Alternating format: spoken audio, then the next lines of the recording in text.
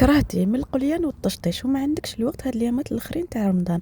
روح نمدلك ابن والد واسرع وصفه مملحات. خديت بصل فيونداشي زيتون درتهم في الاشواغ ورحيتهم، درتهم يتبلوا، زدت لهم لي زيبيس ملح فلفل كحل وثوم، خليتهم يتبلوا، زدت لهم 2 حبات زروديه مسكرفتين في سكرفاج رقيق وخليتهم حتى ذابت هذيك الزروديه وطابت ولات طريه.